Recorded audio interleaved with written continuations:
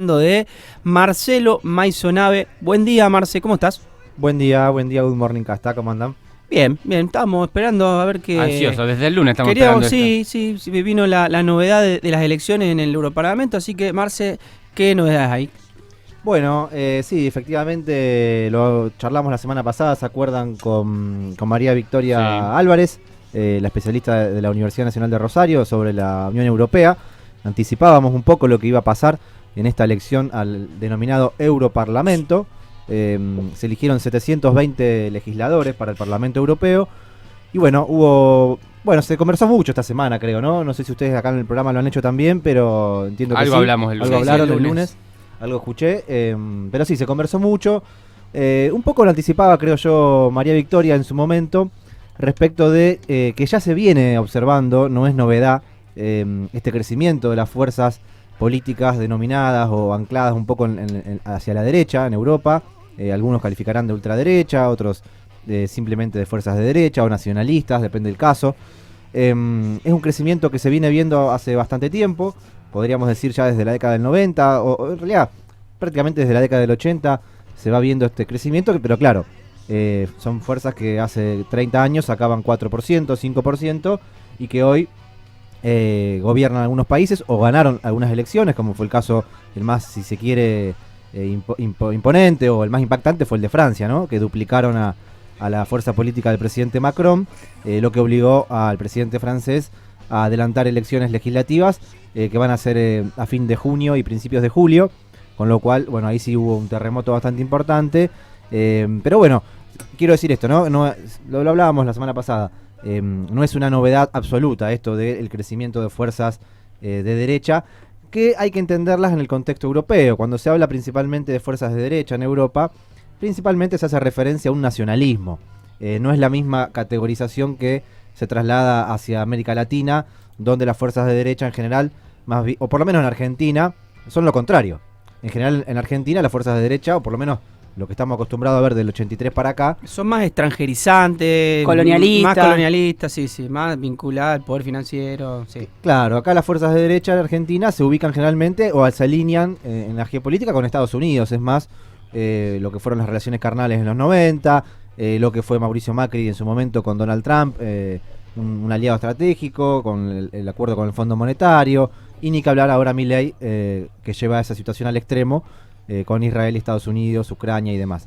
En Europa no es exactamente la misma situación, tiene que ver mucho más cuando se dice de derecha o no, la cuestión de la migración. Ustedes saben, Europa recibe muchísimos migrantes de todo el mundo, pero bueno, sí, sobre todo está recibiendo hace mucho tiempo, ¿no? Migrantes musulmanes, de países árabes, de África, bueno, de Europa del Este. Entonces, es otra situación, otro contexto, y que hay que decir también que cuando se habla de fuerzas progresistas o fuerzas de centro izquierda en Europa, tampoco estamos hablando hace mucho tiempo que han dejado ideas revolucionarias o proyectos de grandes transformaciones, sino que más bien se hace referencia a proyectos, como si se quiere, como se lee un poco más en Estados Unidos también, ¿no? Cuando se habla de progresismo se habla de algunas cuestiones más vinculadas a derechos de las minorías, o derechos de las mujeres, bien, o esta cuestión de la migración, bueno, o el apoyo a la educación, el rol del Estado, si se quiere un poco más también, si el Estado tiene que invertir un poco más, un poco menos, en educación, salud, seguridad, o si tiene que ser meramente un rol, bueno, de garantizar propiedad privada y demás. Pero quiero decir, hay que matizar esto, y además no son iguales todas las derechas en Europa tampoco, al interior de ese gran frente que se denomina derecha o ultraderecha. También hay derechas más pro-europeas, como el caso de Meloni en Italia, o derechas más anti-europeas, que igual también hay que ver cómo se va dando todo. Digo esto porque hubo como una especie de alarmismo después del resultado electoral, que bueno, es verdad que impacta, pero yo creo que hay que matizarlo un poco, y de hecho lo más probable es que continúe la misma referencia a nivel del Parlamento Europeo con la alemana Ursula von der Leyen. O sea, lo más probable es que ella siga siendo la presidenta de la Comisión Europea, que es elegida por los legisladores del Parlamento Europeo, que es alemana, ha sido ministra muchos años en su país, y bueno, desde el 2019 preside la Comisión Europea.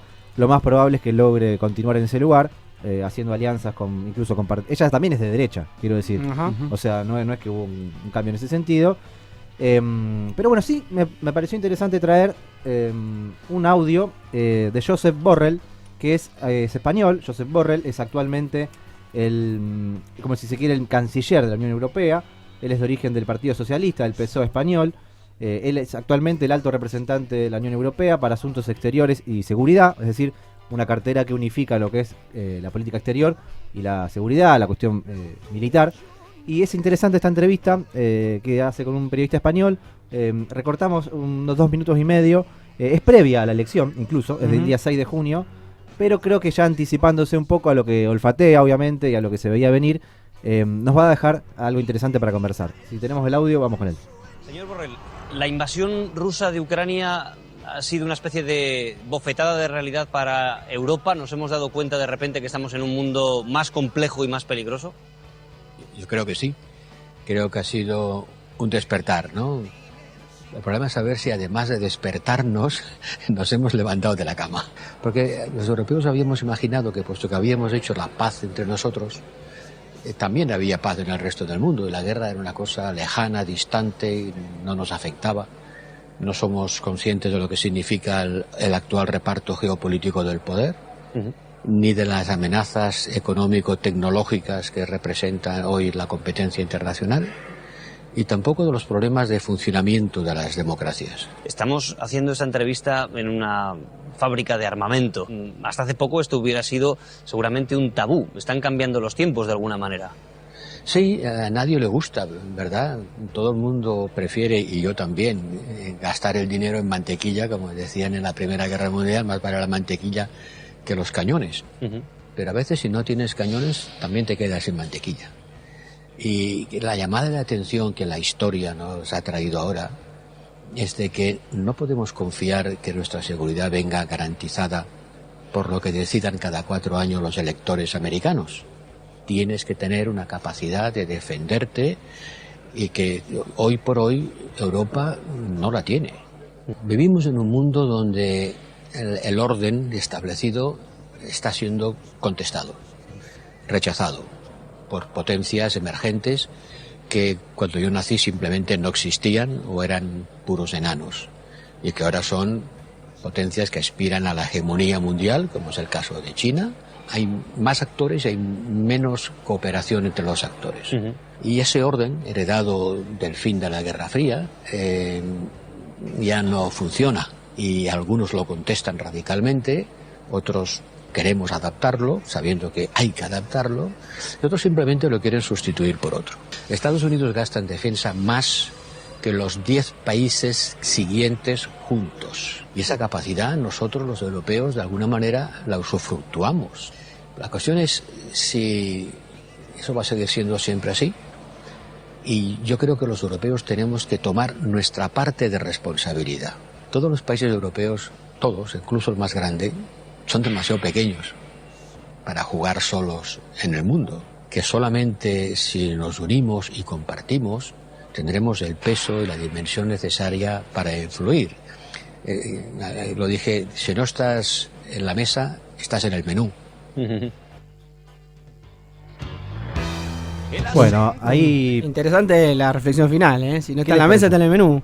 ¿Viste? Si no estás en la mesa... Mirá estás que en te el menú. como. Mirá que te como.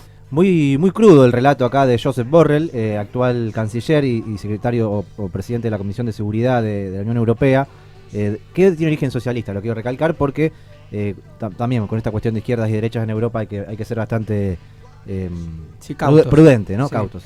Pero bueno, fíjense todo lo que decía. Primero, Europa tiene que salir de la cama, ¿no? Lo tira en un momento.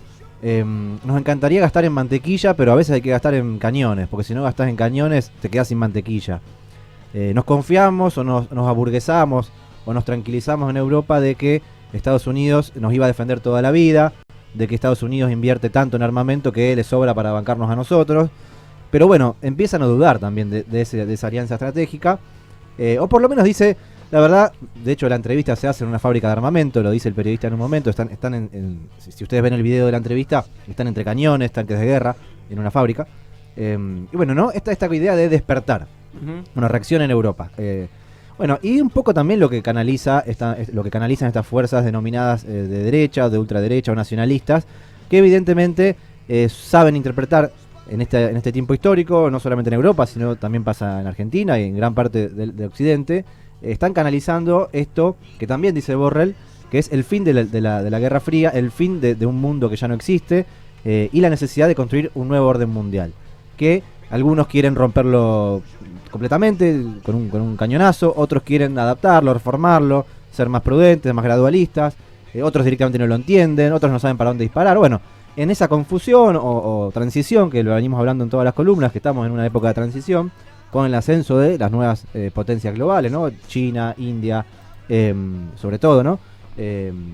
Y demás. Bueno, ¿qué está pasando en el mundo? Entonces Borrell es lo que dice, ¿no? Hay que reaccionar, hay que despertar y necesitamos más autonomía. Por lo menos necesitamos tener una posición propia en algunos temas y sobre todo, dice, invertir más en armamento. Básicamente es lo que está diciendo. Nos encantaría invertir en mantequilla, pero bueno, si no estamos en la mesa, quiere decir, si no estamos sentados en la mesa, básicamente nos van a comer o a lo sumo hablarán de nosotros. Y bueno, eso es un poco el posicionamiento europeo. Bueno. Esto por el riesgo que puede implicar que se desborde la situación Rusia-Ucrania o algún otro conflicto que esté dando vueltas. Viene por ahí, digamos. Claro, fíjate que al inicio también del diálogo con el periodista hacen referencia a la guerra en Ucrania, que también genera diferencias en Europa de cómo reaccionar. No hay una cuestión monolítica en ese sentido, si bien hay un apoyo claro a Ucrania y hay hasta un financiamiento en algunos casos de armamento para Ucrania. Parece mentira, pero eso podría haber escalado mucho más y todavía no lo ha hecho, también por cierta prudencia, sobre todo de Alemania, Francia, que han intentado, también de España en ocasiones, que han intentado, sobre todo que no se ataque a Rusia, que sea solamente una cuestión de resistencia, de defensa de alguna frontera, de alguna ciudad, de alguna cuestión ahí de Ucrania, pero que intente por lo menos contenerse y no generar una escalada. A diferencia, por ejemplo, de Estados Unidos, que a veces sí promueve, recuerden el financiamiento que hablábamos hace algunas semanas, de 61.000 millones de dólares que le dio Biden ahora a Ucrania. Es decir, bueno, son cuestiones bastante complejas, pero sobre todo lo que me gustaría que nos quedemos es con esto, ¿no? Europa quiere salir de la cama, quiere despertarse, ya no se quiere levantar a las 11 de la mañana y tomarse unos mates, sino que dice, bueno, hay que levantarse a las 6 de la mañana, empezar a laburar, empezar a ver qué pasa en el mundo, y empezar a tener una posición propia en un mundo que ya no es el de la Guerra Fría. Y está bueno todo esto porque nosotros lamentablemente tenemos un presidente que sí sigue viendo el mundo en esa lógica de la Guerra Fría y no cree tampoco en esto de la autonomía argentina y muchísimo menos latinoamericana a la hora de plantearse una política exterior o geopolítica. Entonces me parece que, si se quiere, hay algo que tomar, que aprender, incluso diría, de lo que está pasando en Europa, sin entrar en esto, o si bien, bueno, obviamente a nadie le gusta, ¿no?, que crezcan fuerzas racistas o xenófobas o misóginas, pero sí entender lo que está pasando en el votante, en la sensación, incluso en Argentina, de esta gente, de la población que necesita una conducción clara, una respuesta, un liderazgo, un posicionamiento. Y un enemigo. Sí, y un enemigo que en todo caso tiene que partir de los intereses propios. Exacto. Hay que construir ese enemigo en función de los intereses propios y no comprar enemigos y amigos de una agenda que no es la propia. Sobre todo eso me parece que es lo más interesante que deja Borrell. Y bueno, ahí anda Europa. Entonces no creo que haya grandes transformaciones. Bueno, no lo va a haber porque de hecho, como decía antes, lo más probable es que siga la misma gente conduciendo el Parlamento Europeo, bueno, con algunos cambios en las segundas líneas. Pero bueno, convengamos que también la España progresista es la que deja morir africanos en el Mediterráneo, y tampoco es que bien, ¿no? O sea, tampoco es que el progresismo y que viene europeo empeorando la capacidad de poder adquisitivo de muchas clases trabajadoras también. Y no pone a veces en el centro a la clase trabajadora de su discurso. Y si alguien hizo negocios con el menemismo en Argentina fue Felipe González. Entonces, si bien España es un aliado estratégico de Argentina en muchos sentidos, en causa Malvinas y en el Fondo Monetario, en algunas otras cuestiones, con Francia también tenemos una relación histórica, con Italia ni que hablar. Pero bueno, ¿no? Matizar esto, ¿no? Cuando se habla de progresismo en Europa también tiene sus bemoles. Bueno, y también tenemos quilombos por acá. En Argentina. En Argentina, bueno. Qué raro. Sí, ustedes lo dijeron también en la primera parte del programa, con esta cuestión extrañísima de tenemos una canciller que no viaja con el presidente a la gira del G7. Claramente está en la cuerda floja Mondino, lo venimos hablando hace bastante. Hay cada vez más candidatos a sucederla. Ya se anota Scioli, se anota Pinedo. Pinedo, que hoy es funcionario del gobierno también. Él es lo que dicen el Sherpa, o si quiere el embajador argentino ante el G20. O sea que ya está dando vuelta en la política exterior de Argentina. Federico Pinedo, quien fue presidente por 9 horas, ¿no? Creo que fueron en su momento. Por 9 horas, 12 horas. Sí. Por 12 horas. Bueno, ahí anda Pinedo. Qué bien le va a los Pinedo, ¿no? Perdón que te interrumpa. Sí, sí. Pinedo abuelo, Pinedo padre fueron siempre parte de todos los gobiernos con Ortiz, que diseñaron planes económicos para la década del 40, la década del 30. Y están los tipos. Hablan mal de siempre del Estado, pero ellos están. Siempre en un carguito están los tipos. Me asombra mucho la capacidad camaleónica de los muchachos. Pero bueno, nada, me dijiste Pinedo. Sí. Me acordaba de eso. Bueno, Pinedo, Menem, la verdad que hay muchos apellidos que se repiten en la política argentina. Y bueno, también está el caso de Lucila Krexel ahora que parece también. que se va para París.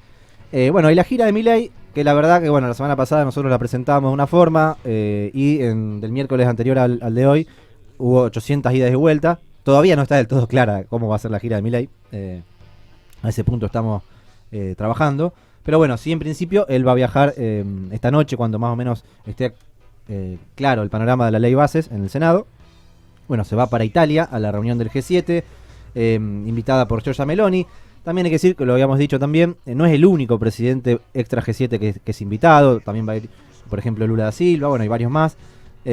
Así que bueno, esa va a ser la reunión de Milei en el G7. En principio tendría una bilateral con la canciller italiana, ¿no? Con Giorgia Meloni, con la primer ministra italiana. Y no se sabe también si Lula va a querer darle una bilateral a Milei o no. La verdad que está todo muy mal con Lula, no solamente por lo que ya sabemos de la época de la campaña, sino todo este tiempo ha habido muchísimas fricciones. ¿Se acuerdan que Milei le envió una carta a Lula en su momento para pedirle una reunión o una visita? Y Lula dijo, la verdad que no tuve tiempo de leer la carta. Bueno, cuestión es que Lula básicamente le está tomando el pelo a Milei en buena Casi medida. cuando te deja un ex. Bueno, y eso no cambió. Basado Lula, como se dice. Ya creo que Lo domó. pasaron 2 meses o mes y medio de esa carta y todavía Lula ni se enteró, no la abrió, no rompió el sobre, digamos. Y bueno, hubo también mucho chisporroto estos días porque Brasil ustedes saben que Brasil está avanzando con el juzgamiento de lo que fue el intento de golpe de Estado contra Lula, apenas asumió ese copamiento que hubo en Brasilia. Y bueno, y hay 143 personas que están juzgadas y condenadas en calidad de prófugas también en Brasil y no se sabe dónde están. Hay sospechas de que varios de ellos están en Argentina. Por eso Brasil está pidiendo colaboración al gobierno argentino para saber por lo menos si cruzaron la frontera legalmente. Por lo menos, bueno, díganos si están o no en Argentina. Bueno, tampoco Argentina ha respondido. Bueno, entonces hay mucha, la verdad, incomodidad en Brasil con este tema. En el medio estuvo lo del barco de gas de Petrobras. Bueno, cuestiones que hacen a la relación bilateral con Brasil, que está todo bastante mal. Bueno, entonces la gira de Milei, les decía, va a ir a Italia a esta reunión del G7. Finalmente sí va a ir, o en principio, ¿no? Va a ir a Suiza a la cumbre que organiza Zelensky, el presidente ucraniano, denominada Cumbre por la Paz, donde se va a intentar desde el lado ucraniano proponer, ¿no? una hoja de ruta para ir saliendo de la guerra, ¿no? Con Rusia. Pero bueno, por ahora bastante incipiente esta propuesta y como les digo, también de un solo lado, no es una cumbre que estén los dos sectores en pugna, sino solamente el lado ucraniano, bueno, Estados Unidos y demás. Y entonces digo, va a estar el día 15 de junio y 16 de junio en Suiza Milei, y ahí volvería a Argentina el fin de semana. Bueno, no el fin de semana, sino volvería el día 17, 18, 19 y 20 a la Argentina, y ahí volvería a viajar a Europa, nuevamente a España, a Madrid, para recibir ese famoso premio que se viene hablando tanto, del Instituto Juan de Mariana, bueno, otro de estos institutos ultraliberales de Europa, en este caso, de Madrid. Un premio ahí, y al otro día se iría a Alemania a recibir otro premio también del grupo de Von Hayek, este grupo también de economía austríaca. Y bueno, ahí sí habría alguna chance de una reunión con el canciller alemán Olaf Scholz, pero bueno, también todavía, la verdad que chequear. Sí, inchequeable todavía. Estamos hablando a una semana, pero falta un siglo, ¿no? Probablemente lo que pase con la ley base en el Senado va a condicionar muchísimo, porque claramente si sale como él pretende Milei, quizás se queda 3 meses en Europa de joda, y si pierde, claramente tendrá que venir acá a poner las barbas en remojo. O se queda porque no puede volver. O bueno, sí, también la verdad, hacer pronóstico acá. Hay un tope de tiempo del cual puede faltar el presidente en el territorio nacional previsto? No, no es que haya un tope, pero la Constitución prevé que es el Congreso el que tiene que ir avalando las salidas del país. Pero bueno, hay una costumbre histórica de que eso se hace a fin de año y se aprueban todas las giras realizadas. Nadie, la verdad, no hay ninguna costumbre de impugnar ninguna gira de un presidente hasta ahora, ¿no? Obviamente, siempre se puede Podríamos cambiar. hacerlo. Pero bueno, sí, No está autorizado a dejar el país. la Constitución prevé que la autorización venga antes, ¿no? Pero Claro. bueno, la costumbre es que se haga a lo fin de habilite. año, se habilite todo de un solo saque. Pero bueno, también otra novedad antes de ir cerrando, que ya estamos medio en tiempo. Hay, si se quiere, alguna novedad importante en torno a lo que es la masacre que está llevando a cabo Israel en Palestina, o como se lo conoce más, Franja de Gaza. Pero hubo, si se quiere, una buena noticia en el Consejo de Seguridad de Naciones Unidas, que aprobó por 14 votos a favor y una sola abstención, que fue la de Rusia, es decir, no hubo veto de Rusia, lo cual es todo un síntoma, ¿no? De una propuesta, una hoja de ruta para un cese del fuego en esa zona del mundo, en Medio Oriente, instando tanto a Israel como a Hamas a detener las hostilidades. Es un plan que tiene varias etapas, que implica fundamentalmente esto, ¿no? El cese del fuego, intercambio de rehenes por prisioneros, y una negociación a mediano plazo, pero todavía no hay un acuerdo específico entre Israel y el grupo Hamas. Pero bueno, sí es importante esto, ¿no? Que por lo menos tanto Estados Unidos como Europa y propiamente Rusia, que se abstuvo, están encontrando algunos puntos en común. Israel declaró que acompaña esta iniciativa en cierta medida. Hamas dice lo mismo, pero todavía no hay acuerdo y continúa un poco ahí la cuestión con estas situaciones horrendas. Habrán visto lo que fue el rescate de los rehenes israelíes, obviamente alegró al mundo esta posibilidad de que regresen con vida algunos rehenes, pero que generó su contracara espantosa de cientos de niños, niñas, mujeres, y personas en general de Palestina masacrados, aniquilados, imágenes espantosas que estamos viendo. La verdad que es horrible lo que está pasando en Palestina. Ojalá estas iniciativas poco a poco puedan ir generando Calmando un poco. algún proceso de paz, y sobre todo ya ir pensando en lo que puede ser eventualmente una salida de las fuerzas de ocupación de Israel en Palestina, y lo que va a ser la reconstrucción, ¿no? de Gaza. Cuando ven, no sé si han visto, seguramente que sí, en redes sociales estos meses, lo que era Gaza, que tampoco es que hubiese sido, no sé, Dubái, pero lo que era Gaza antes del bombardeo de octubre para acá, y lo que es está ahora, ¿no? completamente destruido. Devastado completamente. Imagínense las enfermedades, el hambre, la verdad que es horrible. Y hablando también de todo esto, el último punto, si se quiere, que quería traerles hoy, vieron que Milei iba a tener una reunión con los embajadores de la Liga Árabe en Argentina, Y se bajó. y se bajó al último minuto a 2 cuadras de la mezquita de Palermo, porque se enteró que estaba el representante en Argentina de Palestina, justamente. Con su fanatismo pro-israelí, se fue, giró el auto y se volvió a Casa Rosada, la dejó sola a Mondino, y hubo un comunicado muy duro de la Liga Árabe contra Milei. A raíz de eso, no sé si lo han charlado acá en el programa. No. Pero sí, la verdad que cayó muy mal esa ausencia de Milei. La Liga de los Estados Árabes manifestó su gran insatisfacción, asombro, convocó al gobierno argentino a revisar sus posiciones sobre la causa palestina, que fue, dice, un comportamiento injustificado, hostil, no solo hacia Palestina, sino hacia todo el grupo árabe, con una posición antidiplomática, inaceptable, y que proviene de un líder de un país que históricamente había tenido posiciones solidarias con la causa palestina, que se han revertido en esta gestión. Es decir que se ha roto esta relación. Dice: el secretariado general de la Liga Árabe expresa que Argentina espera que Argentina revea sus posiciones, que exhiben hoy una parcialidad flagrante y que están alineadas completamente con el lado equivocado de la historia, y que una revisión de esto es esencial para mantener una relación de respeto y de compartir intereses mutuos y demás. La verdad que, recordemos que Sí, y perdón, un mundo árabe no se limita a Palestina, también tenés estados como Arabia Saudita que pueden ser aliados estratégicos para un montón de cuestiones vinculadas al petróleo, vinculadas a inversiones. hablando de Arabia Saudita, el día lunes estuvo reunido el gobernador Maximiliano Puyaro con el embajador de Arabia Saudita, por ejemplo. Que se decía que tenía intereses en la EPE y es en que, otras empresas. Es que ustedes saben, el fondo Kuwaití, por ejemplo, es muy importante aquí en Santa Fe, que ha trascendido a varios gobernadores. Bueno, los árabes claramente, de hecho, en general, los árabes no acompañan a Hamás. No es que hay un apoyo directo a Hamás, sino al contrario. De hecho, el representante de Palestina en Argentina no es de Hamás, sino es de la Autoridad Palestina, que es la línea más republicanista, si se quiere, o más institucionalista de Palestina. Bueno, voy cerrando, pero bueno, tenemos esos chisporroteos fuertes ahora con los árabes. Recordemos que Borrell, también el que trajimos hoy el audio, también fue quien contestó a Milei en su momento por los quilombos con España. Tenemos el quilombo con Brasil.